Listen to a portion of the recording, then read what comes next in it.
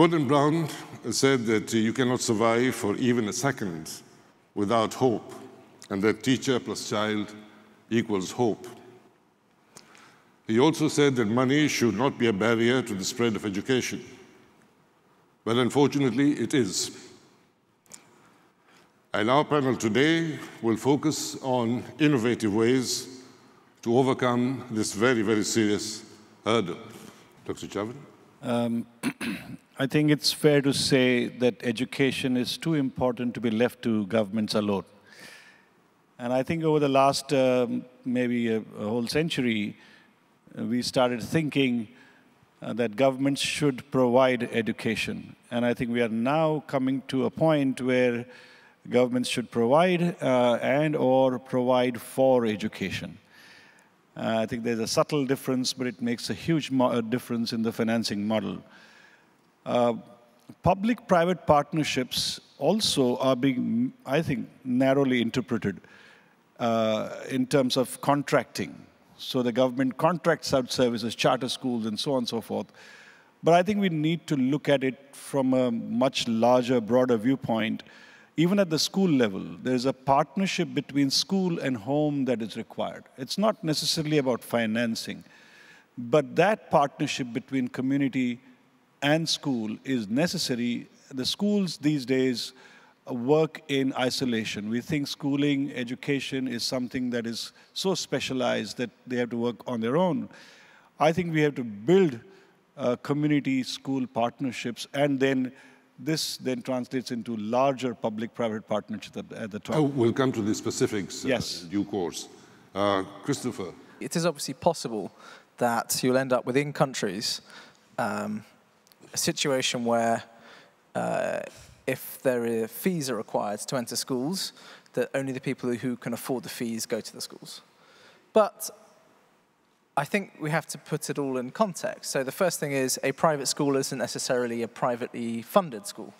So you could have a system where a private school is free to enter for the child, either because of a voucher scheme run by the government, or you could have a system in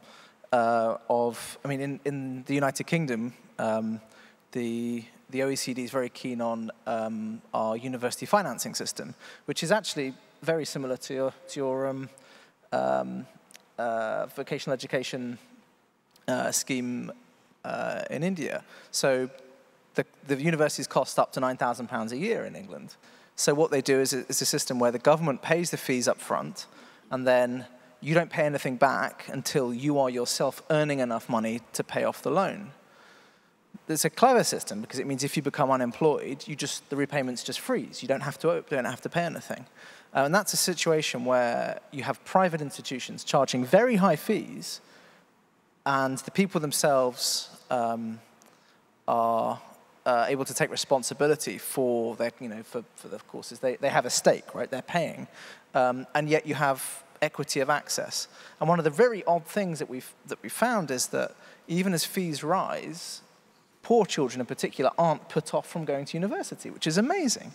So we have a situation where we've managed to combine responsibility for the quality of the course on the student, right? The student knows, I'm paying £9,000 for this. I want enough hours in the week. I want to know what I'm going to get. I want my essays marked overnight. And at the same time, everyone can go. Talal Abu Azali University is not a university in the way you understand universities. We don't have any academic or educational programs of our own. We are a gateway to the leading world-class elite universities of the world. In partnership with these universities, rather than competing with them, we deliver their programs worldwide online. What we are developing is a new approach to education, world-class education, at a very affordable cost, because the tuition of the university is less than a quarter of the actual cost of a student going to Chicago or to Boston or to Sydney.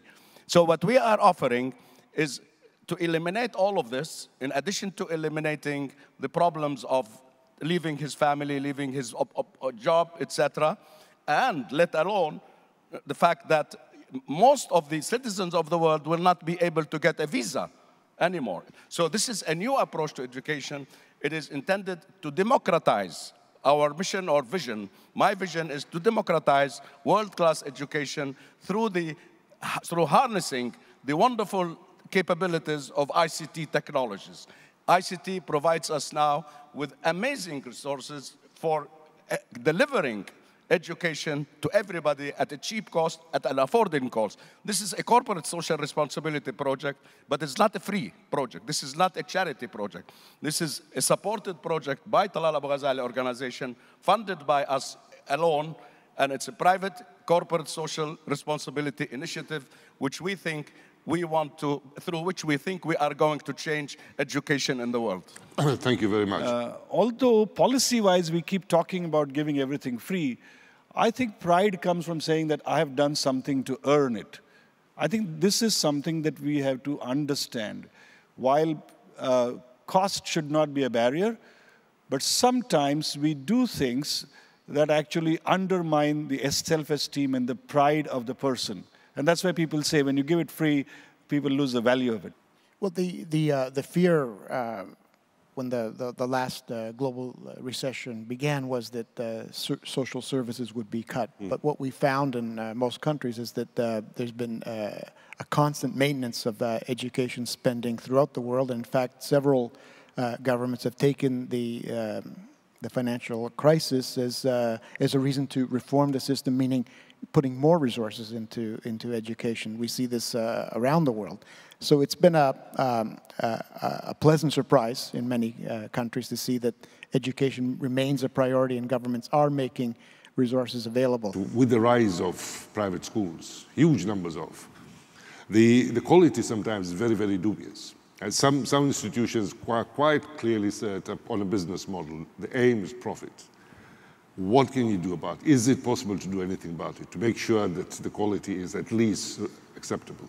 What we do in terms of trying to assess these questions, important questions about quality and especially equity, we have a 4-point program for assessing the policies towards the private sector in education. And these 4 points include competition. One element of having a diverse supply is that you create a competitive environment which should result in better outcomes for everyone. The second item is autonomy. If you want to give the providers the chance to improve outcomes, they need to be able to make decisions about how to use their resources and their pedagogical models. Third, we believe in the policies about information. So does the public, do parents know how the schools are performing and what they can do about it? And this includes the question of equity. So to us, a private school that contributes to social goals is a school that has open access. It's not a selective school, especially if it receives public funding.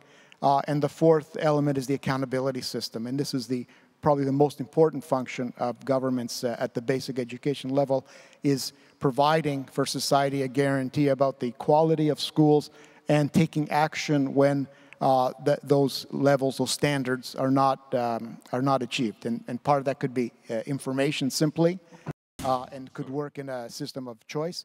It could also be to take action in terms of reducing funding if that's available to those private schools. So I think it's an important question, but there are tools available and tools that are that have teeth that can actually change the education landscape. One of the things that we do know about the school systems is that one good teacher is incredibly valuable. And in fact, it's better to have a class with 50 kids in it and one really good teacher than 2 classes of half the size with 2 not very good teachers. The other thing that's happening a lot in the developed world, so in the UK and the US in particular, is that schools that have fixed salaries for teachers are increasingly having the fixed salary system broken away. So in England at the moment, half of all the secondary schools are charter schools. They're what we call academies. So the head teacher has the power to set his own salary. And that's really important because it means that if you find a really good teacher, you can just whack up their pay and keep them and maybe increase the size of the class too as a way of balancing the books. So, I mean, there is financial innovation sort of capacity in the school system if you're willing to change the way that the school works overall. And that might mean technology, that might mean using new teaching aids, and that, so you can increase, so that teachers can be more productive and take on bigger classes. Now, I heard a lot of talk about private schooling, and I want to ask a question actually about public schooling. So if you look, I'll give an example, let's say, of Egypt, for example, where in public schools, they are cash-strapped. A teacher makes less than $100 per month, and they need about $200 per month to actually live, which means that they have to work somewhere else, and they don't have enough resources and so forth. So what kind of private-public partnerships can be done, not to create necessarily private schools, but to actually save the public schools that already exist?